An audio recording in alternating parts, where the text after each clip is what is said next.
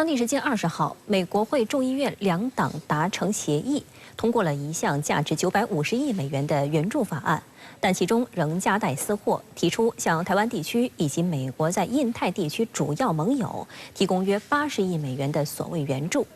此外，这份打包版法案还包括强制 TikTok 在大约9个月的时间里脱离中国母公司字节跳动，否则将在美国面临全国性禁令。然而，在这样的背景下，美国国务院宣布，国务卿布林肯将于本月24至26号展开任内第2次中国行。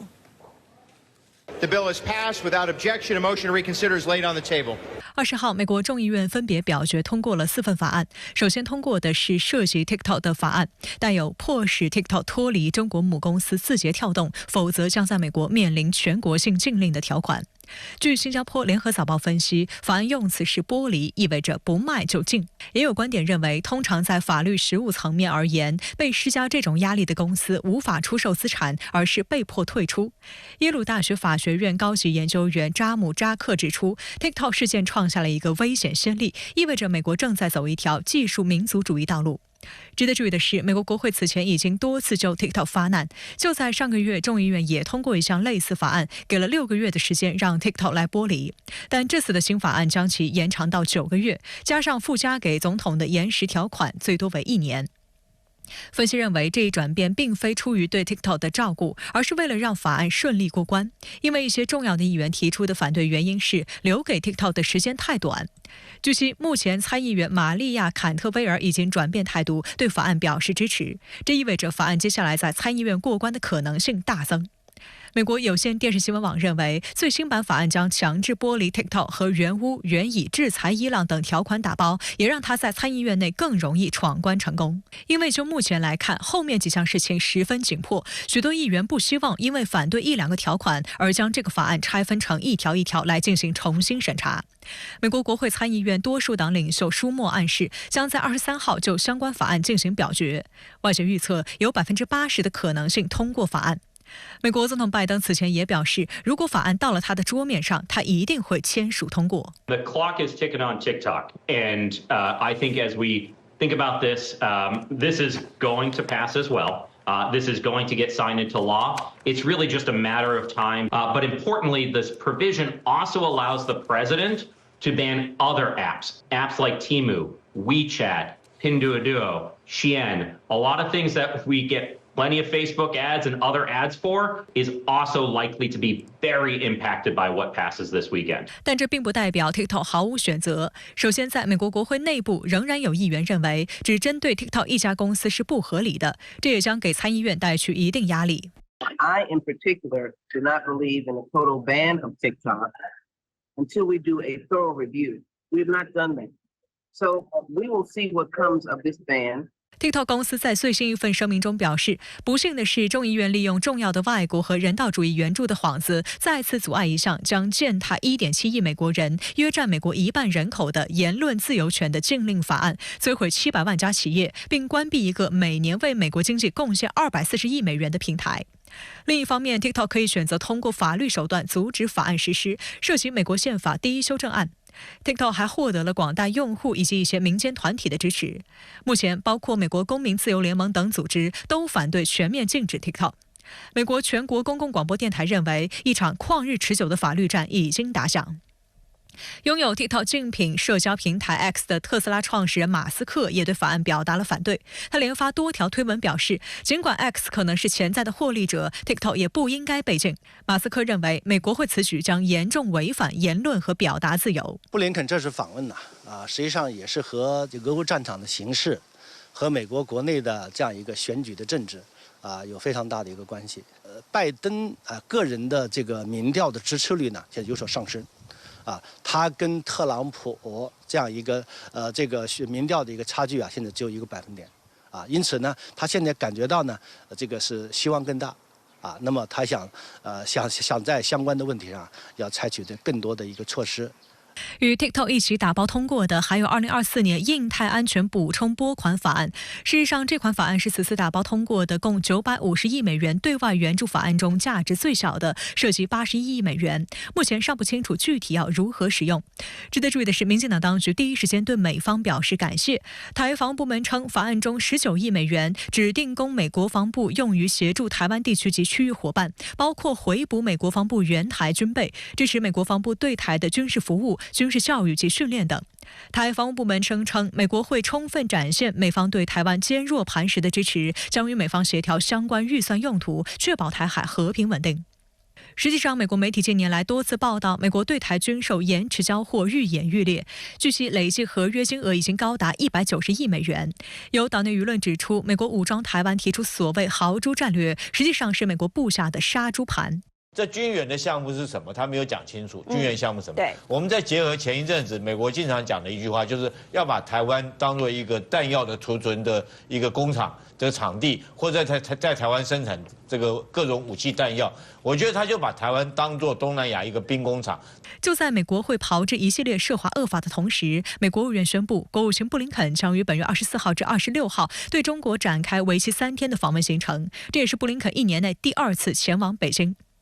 美方对布林肯此访十分重视，由美国国务院高级官员召集美国主流媒体举行简报会。观察指出，这种安排是想设定舆论议题。有出席的美国官员透露，布林肯此行除了前往北京与中方官员会面，还将先行抵达上海进行短暂访问。随团人员包括刚从中国返美、主管亚太事务的助理国务卿康达、国际毒品及执法事务助理国务卿罗宾逊、负责网络空间和数字政策的官员费克，以及负责公共外交及公共事务的副国务卿艾伦。据悉，布林肯这次访华行有3个主要目标，即在关键议题取得进展，就双边、区域和全球议题明确和直接地表达关切，以及负责任地管控与中国之间的竞争，以免导致误判或引发冲突。深圳卫视注意到，布林肯还未出发，美媒已经提前为此行降温，意图降低外界预期。美媒引述国务院高级官员的话称，布林肯将重点谈台湾问题，并将强调所谓美国对维护台湾海峡和平与稳定的长期利益。值得警惕的是，美方还宣布派出非官方代表团参加台湾地区后任领导人赖清德的就职典礼，包括前副国务卿阿米蒂奇以及美国在台协会主席罗森伯格。外界认为，虽然中美都同意双边关系目前已经企稳，但在敏感议题上，两国博弈仍将持续。布林肯这次访问呢，实际上也是和俄乌战场的形势，和美国国内的这样一个选举的政治，有非常大的一个关系。拜登个人的这个民调的支持率呢，现在有所上升，他跟特朗普这样一个这个民调的一个差距现在只有1个百分点，因此呢，他现在感觉到呢，这个是希望更大。那么他想在相关的问题上要采取更多的一个措施。美国众议院20号投票通过的对外援助法案，还包括向乌克兰提供超600亿美元的援助，以及向以色列提供超260亿美元的援助。相关法案在美众院通过后，乌克兰总统泽连斯基、以色列总理内塔尼亚胡发文欢呼感谢美国。不过，不仅美国政坛对于相关法案存在分歧，相关法案让冲突持续的做法，也势必造成俄乌、中东更多的人员伤亡和经济损失。On this vote, the ayes are 311 and the nays are 112. The bill is passed. 经过连月激烈博弈，新一项援助乌克兰法案终于获美国众议院通过。法案涉及超过608亿美元，其中230亿美元用于补充美国武器库存和设施。另外，法案中还包括一项清算被扣押的俄罗斯资产并转交给乌克兰的内容。值得注意的是，这一法案被纳入包括4项内容的一揽子法案中，最终获得众议院的通过。美国《华盛顿邮报》分析了其过关的真实原因，看似巨额的对乌援助费用，其实约80%都留在美国国内。美国智库战略与国际研究中心的研究员坎西安透露，新的对乌援助清单中有230亿美元用于补充已经提供给乌克兰的武器和装备的美国储备，另有138亿美元允许乌克兰通过从美国国防工业基地购买武器和弹药来重新武装自己。细究这份原屋礼包中的具体内容，每一项都与投赞成票的美国国会议员所代表的选区利益相关。例如，有15亿美元专门用于增加生产供爱国者防空反导系统使用的最先进的 PSA-3拦截弹。曾经在2022年反对原屋的共和党籍众议员韦斯特曼这次投下了赞成票，因为 PSA-3拦截弹由他所在的选区阿肯色州卡姆登生产。另外，新的援助包还将花费53亿美元，以达到美国陆军每月生产10万发155毫米炮弹的目标。这将惠及宾夕法尼亚州、田纳西州、加利福尼亚州、德克萨斯州等地区的军工厂。来自上述选区的众议员也因此大力支持新的援乌法案。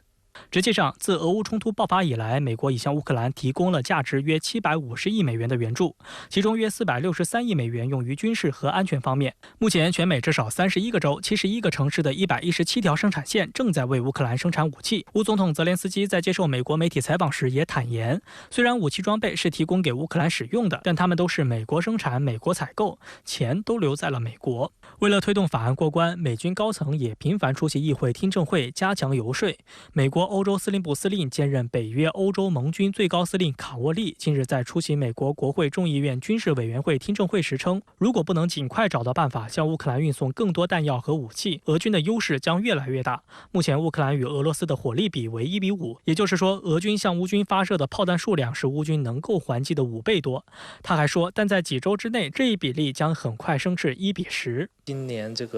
以来呀。这个俄罗斯其实在这个冲突这方面其实加紧了一些攻势啊，所以看到是相对来讲是占了比较这个相对优势的这样一个位置啊，那么引起了整个西方的一个恐慌啊。美国在这个2年多的这个冲突过程中，显示出其实它在军事装备方面，尤其是这个补给这方面，还是一些短板。显露出来了，所以我们看到它更多的依赖于这个欧洲的盟国，甚至依赖于亚洲的盟国，向这个乌克兰提供相应的一些杀伤性武器以及相应的这种补给一种装备。实际上，这次在美国会众议院与援乌法案做捆绑式表决的，还包括援助以色列法案，后者获366票反对，58票通过，涉及260亿美元，其中91亿美元对加沙地带的人道援助，被认为是用来减轻美国政府的国际舆论压力，而款项的大头是对以色列的军事支持，包括52亿美元的防空开支、10亿美元的火炮生产开支，以及数十亿美元用于其他武器系统和美国为应对近期袭击而在该地区采取的军事行动的开支。以色列总理内塔尼亚胡20号在社交媒体上发文，对美国表示感谢，称该法案展现了美国两党对以色列和捍卫西方文明的强烈支持。巴勒斯坦总统发言人鲁代纳则强调，美方法案是对巴勒斯坦人民的侵犯，将为以色列把冲突范围扩大到整个地区开绿灯。整个的这个中东的局势现在也日趋紧张啊，以色列和这个伊朗之间的问题，现在其实也达到了一种，我们说就是剑拔弩张的这样的一种局面。美国政府包括议会也好，他们也力图保持一种平衡。那么这种平衡的话，其实就是我们说在武器方面，在其他的方面，硬件的方面，要对以色列进行强有力的支持，同时那么对这个巴勒斯坦这个民众也要进行一些安抚。那么这个人道主义其实更多的是用于这一方面，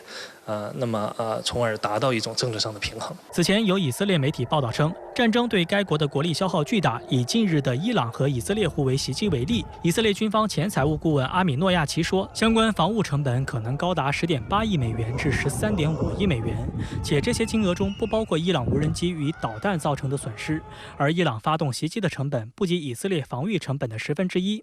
阿米诺亚奇举例说，一枚以军箭式防空系统拦截导弹就高达350万美元，一枚大卫投石索防空系统的拦截导弹价值100万美元。阿米诺亚奇称，去年以色列的国防预算约为160亿美元，这意味着一旦为了应对伊朗的大规模空袭而运营防空网，一个晚上就可能消耗掉以色列年度国防预算的7.5%左右。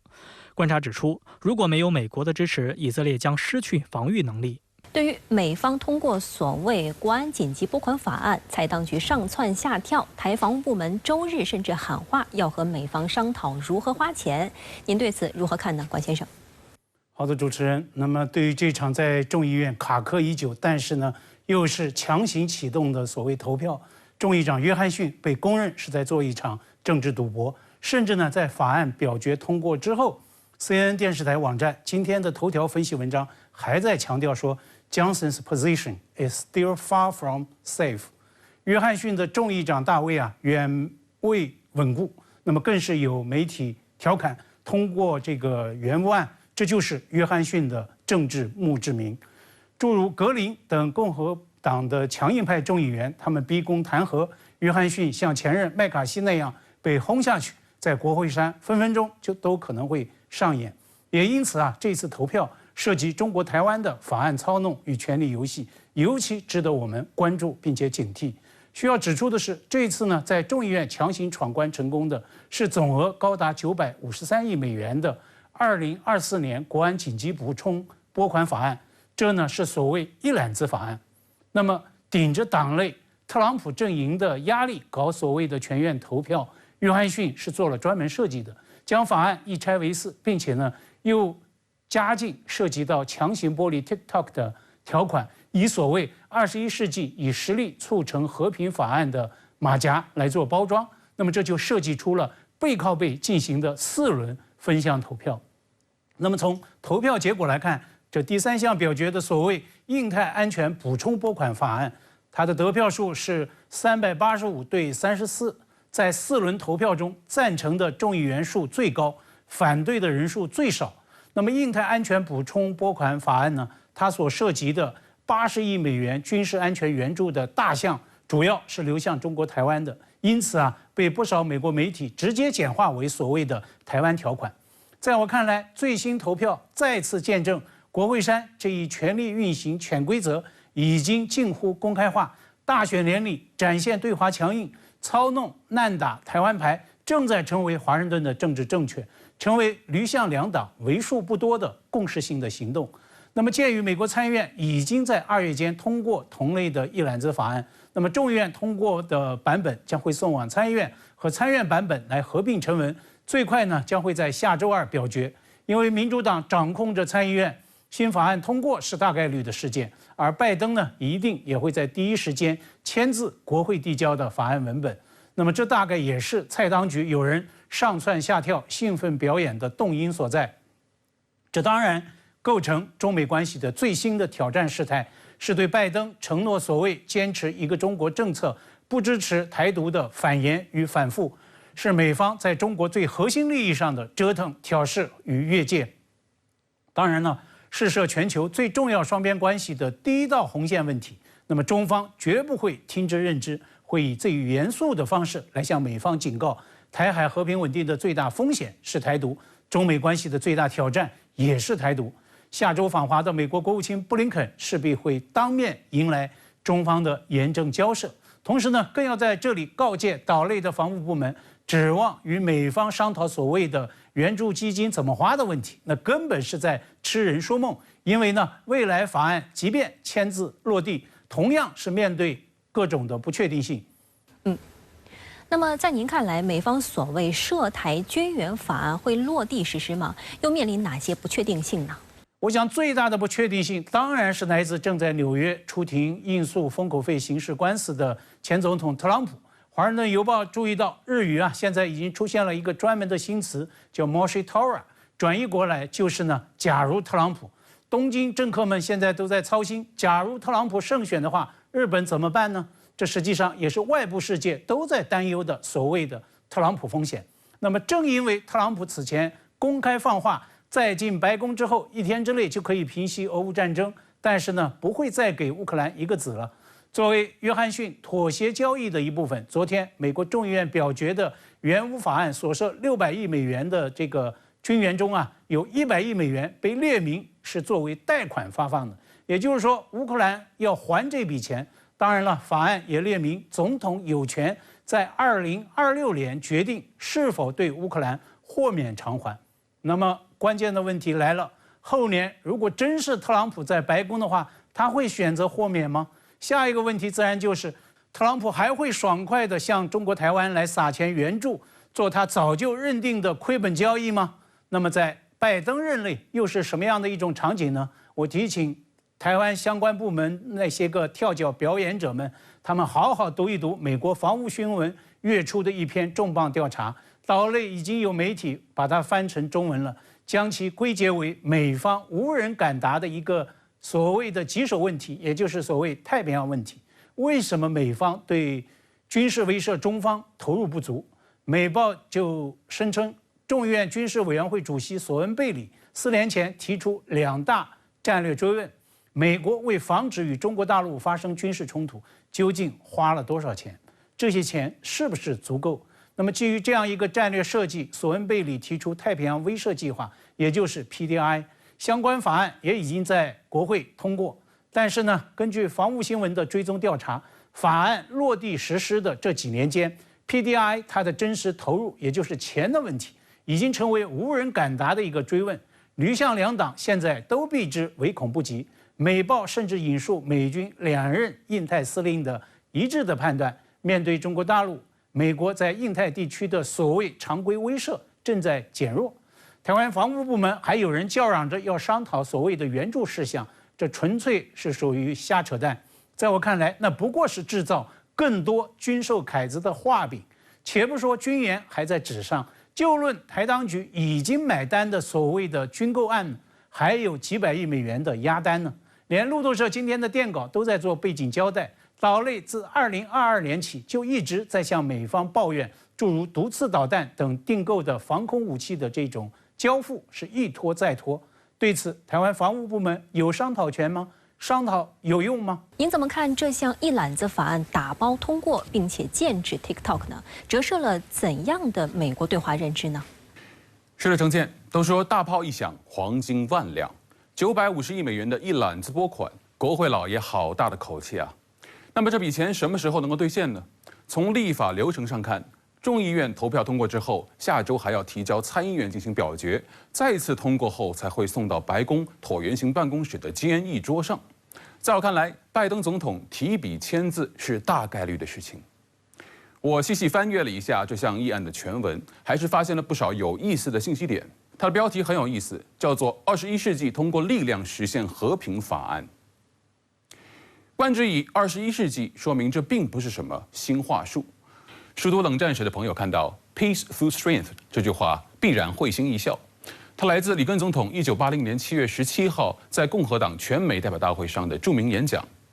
在2024年的春雷滚滚之际，以冷战名言命名的法案在美国国会众议院高票通过，是冷战历史的午夜梦回，还是冷战思潮的野蛮复生呢？拜登总统言之凿凿所谓美国不寻求新冷战，言犹在耳。我想在座的各位心中已有答案。更应引起我们注意的，恐怕是围绕这项法案，美国的国会老爷们再次玩了一个小把戏，那便是通过夹带私货的方式，用多事一议取代一事一议，将诸多仍然存在分歧的议案打包在一项法案之中，以此寻求国会两党的最大公约数。如果你希望通过对乌克兰的军事援助，就得同意我对以色列的军事援助。如果你想让 TikTok 在美国闭嘴，就得支持我所谓武装台湾。在这个层层叠叠的逻辑嵌扣下，366票支持、58票反对的表决结果，看似一边倒式的悬殊，实则它是一系列政治勾兑、利益交换下的最终妥协。我们显然不能将这种美国式的民主游戏大而化之的概括为所谓的反华共识。它既是针对俄罗斯的，也是针对伊朗的，当然也是针对中国的。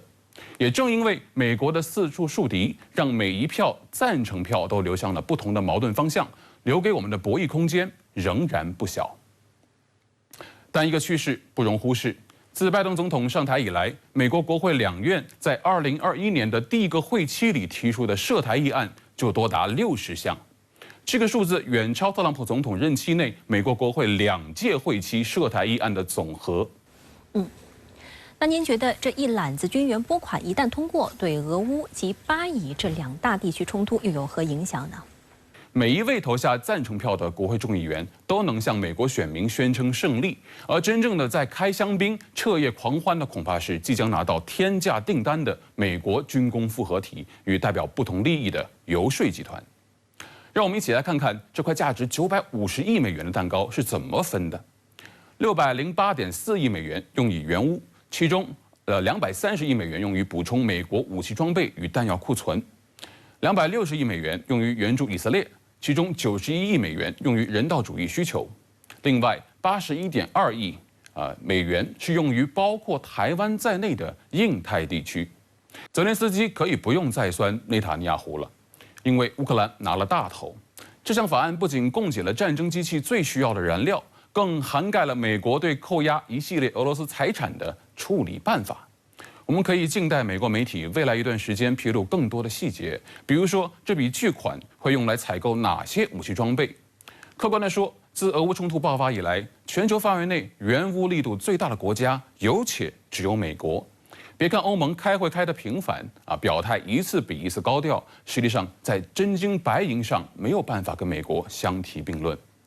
随着这项法案最终落地，它的领头效应会进一步发挥作用。俄乌冲突无疑将继续延烧，打满2024年是可以预期的。至于对以色列的援助，这项法案使用了更为技术性的手段。正如法案全文没有一次提到台湾，也没有提及一次以色列。然而，大家都会非常清楚，这个拨款最终会流向哪里。一言以蔽之，一股更加保守的思潮与力量，正将三权分立、两党极化的美国政治精英层重新捏合在一起。它恐怕不会因为美国大选节点的临近而收敛，反而是愈演愈烈。美国国务院19号发表声明称，奥库斯国防贸易一体化继续取得进展。美方将进一步延长对英澳两国放松出口管制的期限。值得警惕的是，除了推进向澳大利亚转移核潜艇技术的第一支柱，奥库斯近期还积极发展所谓第二支柱。日本、新西兰等国成为重点拉拢对象。根据美国2024年国防授权法，拜登必须在4月20号之前就是否对英国和澳大利亚放松出口管制做出决定。就在大限到来之前一天的4月19号，美国国务院发表一份声明，称美方计划在未来120天内就此做出决定。声明还说，奥库斯国防贸易一体化继续取得进展。观察普遍认为，虽然相关计划进一步推迟，但美国放松对英国和澳大利亚的军事技术出口管制是既定目标，一旦最终落实，将有望推动奥库斯的武器技术转移加速推进。美英澳三国于2021年成立的奥库斯是一个军事同盟性质的组织，其第一支柱是向澳大利亚输出核潜艇技术，被认为应对中国崛起的意图十分明显，但受制于美国国际武器贸易条例的严格管制，多项关键技术无法转移，因此美方打算用豁免的方式来解决这一问题。但由于核潜艇系统复杂，所涉及的技术目录庞大，美方需要一定的时间来制定豁免清单。还有观察指出，如果处理不当，有可能引发核扩散的法律风险，这或许是美方将做决定的时间延长120天的原因。深圳卫视注意到，清单的规则制定由美国商务部工业与安全局负责。该机构日前发布一项最终规则的暂行版本，初步对英国和澳大利亚的国防贸易许可证减负。根据这份文件，此前受管制的一些军用物品、导弹技术相关物品、热锻发动机相关物品以及卫星有关物品，日后在奥库斯框架下向英澳出口时不再需要许可证。据测算，简化后每年可减少1800多个许可证的申请核准流程，涉及商品价值超75亿美元，约占此前需要许可证商品总数的80%。但法律专家指出，这个目录仍不完整，并未对所有美国国际武器贸易条例列出的管制物品松绑。英国和澳大利亚政府分别发表声明，对美方松绑表示欢迎，还积极表态称两国有望满足美国国防授权法案的要求，并受益于贸易豁免。最近，拜登政府继续推迟了对相关豁免的这种审查，说明，美国政府内部包括这个两党之间对这个问题仍然存在着某种的分歧，需要去得到解决。但是确实，美国最近在加紧相关的这种操作，实际上就是为了方便美国各个层次各个层级的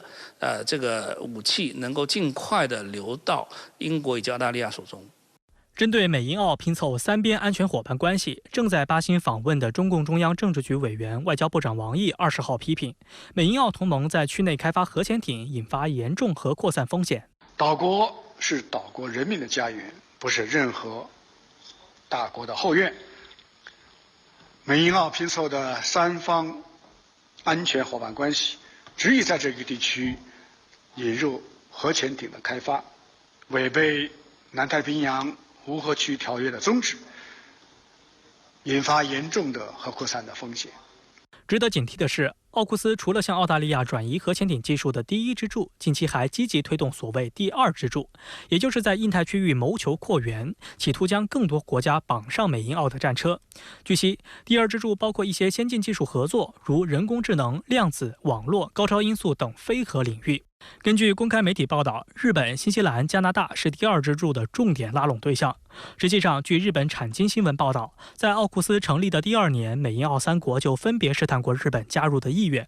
随着日本首相岸田文雄本月上旬访美升级与美国的关系，美英澳再次施压日本。就在他抵达华盛顿的当天，美国、英国和澳大利亚3国防长就发布一份联合声明，宣布在奥库斯第二支柱的共同开发方面探讨与日本的合作。日本共同社称，这是美英澳首次公布奥库斯的伙伴国。观察指出，奥库斯之所以首选拉日本入伙，是看上了日本在高超音速、水下、网络等方面的技术优势。对于日本来说，则是希望借此来突破专守防卫原则，为自己解禁松绑，成为能攻能守的军事大国。不过，日本舆论也指出，日本政府对正式加入奥库斯协议第二支柱计划还有诸多顾虑。除了国际舆论压力以及国内法律对核潜艇的排斥等制约因素外，更大的障碍其实来自于奥库斯中的澳大利亚和英国。这2国都认为，在第一支柱建设还没迈稳步子的情况下，仓促推进第二支柱建设有些荒唐。还有日本舆论认为，美方不顾英国和澳大利亚的顾虑，极力想拉其入伙，是对日本予取予求。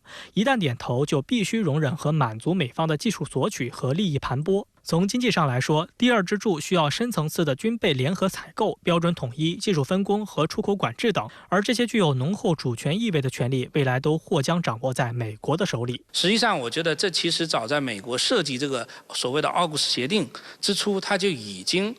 为接下来的扩员留下了空间。我们看到现在美国政府明确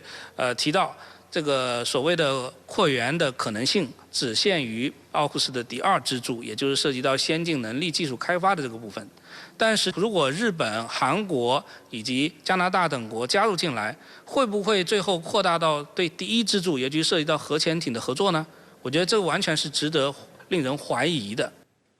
中国国民党前主席、中华青燕和平教育基金会董事长洪秀柱，20号至22号率交流团参访深圳。洪秀柱一行参访了深圳商汤科技公司、前海展览馆、中山公园棒球场，还在深圳大学演讲，并与学生展开互动交流。洪秀柱表示，未来一定要带台湾青年来广东、来深圳，亲历科技人文之旅。20号下午，洪秀柱率6人交流团乘机抵达深圳后，首站就来到商汤科技公司进行参观交流，体验多款高科技产品，还和智能象棋机器人进行了有趣的互动。好像好久没有下象棋了，只能这样子跳。对。买小马，过马蹄，站等站。他做了一个点评，这一步。吃马。以战养战。对，他还在他。对，他还是可以吃，对，忘掉了。没问题，这个是互动嘛，它有难度，有不同等级都有。对。这就带回家去了。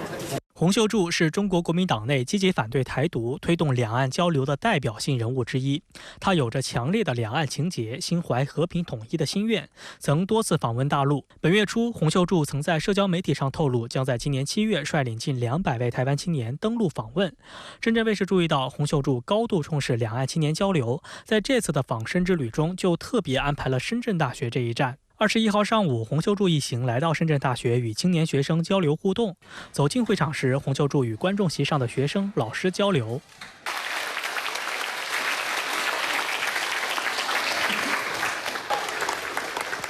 洪秀柱在演讲中说，要有沟通和了解，才能凝聚智慧，共创未来。他形象的比喻，要用谈情说爱的方式与年轻学子谈谈台湾，谈谈两岸。然后你台北还看到重庆南路、重庆北路、南京东路、南京西路，台北市地名30%几都是大陆的地名，而且还是按照大陆那个方位，比照大陆方位定的那个地名。我们从地名，我们从以往的各个的历史来证明事实，台湾对大陆充满了台湾的情，充满了同胞的爱。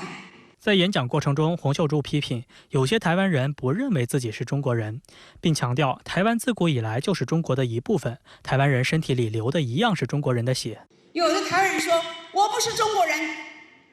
讲这话请他滚出台湾。台湾从古以来就是中国就是一家，把你的血抽出来验验你的 DNA， 对不起，你就是中国人，你身上就是中国血，流淌的就是中国血。洪秀柱还邀请随行的台商上台与深圳大学学生合唱阿里山的姑娘、当我们同在一起等歌曲。洪秀柱与深大学生一起背诵乡愁，将现场气氛推向高潮。现在啊，乡愁是一湾浅浅的海峡，我在这头，大陆在那头。乡愁，你们从余光中的这篇乡愁，可以了解到台湾同胞对家、对大陆的怀念有多深刻。我觉得年轻人是有非常多的共同话题的，而且我们关注的点，也是非常的相似。我们还交流的蛮好的，要让他们感受到，就是两岸是没有隔阂的，是真正的一家人。两岸青年同根同源，今天与台湾青年相聚于此，我的内心无比喜悦。我作为大陆青年代表，深切感受到了青年有力量，民族有希望。两岸青年应当携手同心，共圆中国梦。洪秀柱向深圳卫视记者表示，亲眼目睹台湾青年来到深圳创业发光发热后，他十分感动，并且表示在参访的一路上都在考虑带领台湾青年来到深圳参访，还鼓励台湾年轻人一定要亲自来到大陆开拓眼界。在台湾的年轻朋友千万不要只局限在台湾这个小岛上，毕竟它太小了。整个深圳给人的感受是亲切、温暖、有温度的城市，所以如果两岸不需要任何的文字，或者不需要任何的一些形式上的一些的，来了就对了，来了看了，每一个人都有自己不同的感受，来了就能够了解到中国人伟大的地方所在。21号，洪秀柱率台湾交流团在深圳的访问行程进入了第2天。上午，他们一行到深圳大学和师生们进行交流，谈乡愁，谈两岸同胞之情，谈统一大事。大家时而吟诗，时而放声高歌，现场的气氛非常热烈。我注意到坐在我后面的深大同学手掌心都拍红了。那么下午呢，洪秀柱一行先是到了前海感受深圳速度，再到中山公园棒球场和在深的台湾青年进行交流，体验棒棒的运动、棒棒的城市等等各项深台交流品牌活动的魅力。我还很荣幸地约到了对洪秀柱的专访，聚焦国家民族大事和两岸融合、青年交流等等话题。洪秀柱主席也是畅所欲言，事无不答。第19届西太平洋海军论坛年会21号在山东青岛拉开帷幕。这次论坛共有29个国家高级代表团，180余名外方代表参加，其中20个国家是海军及海上防务部门的主要领导人参加。与会代表关心哪些话题？他们对即将表决的议题又有怎样的观点？深圳卫视特派记者采访到多国海军的主要领导人，来听一听他们的说法。多国海军高级将领今天陆陆续续抵达了青岛，现场已经举行了多次的双边会见。我们在走廊里也是看到各国代表进进出出，饭台率特别高。那从这一细节也可以发现，在中国举办的西台论坛，其实已经成为了各国军事外交的一个重要平台。那今天在专访哥伦比亚海军总司令时，我发现他的名片是特别定制的，一面印着西班牙语，另一面呢印着中文。他还友好的赠送给了我一枚哥伦比亚海军的纪念币。所以你看，与会代表们友好积极的态度本身就是命运与共的海洋这一主题的最佳论证。本届论坛年会以命运与共的海洋为主题，将审议表决多个论坛框架下重要事项，举行高层研讨会。哥伦比亚海军司令格拉纳多斯上将表示，中国提出的海洋命运共同体概念对促进全球繁荣具有重要意义。It's a good slogan for this meeting. Knowing that navies are totally connected. Before the political, navies are connected all the time. And Colombia and all the other members of this important event share seas, but also share security, share an important commitment to assure to the population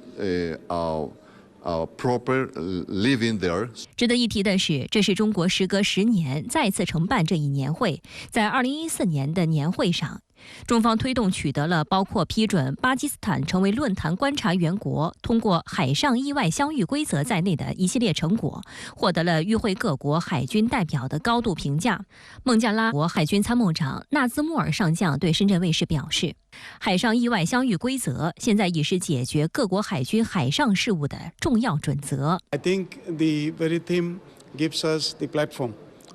to talk about the mutual cooperation between friendly navies with the spirit of equality, with the spirit of fairness and justice, and with the spirit of shared benefits for the mankind as a whole.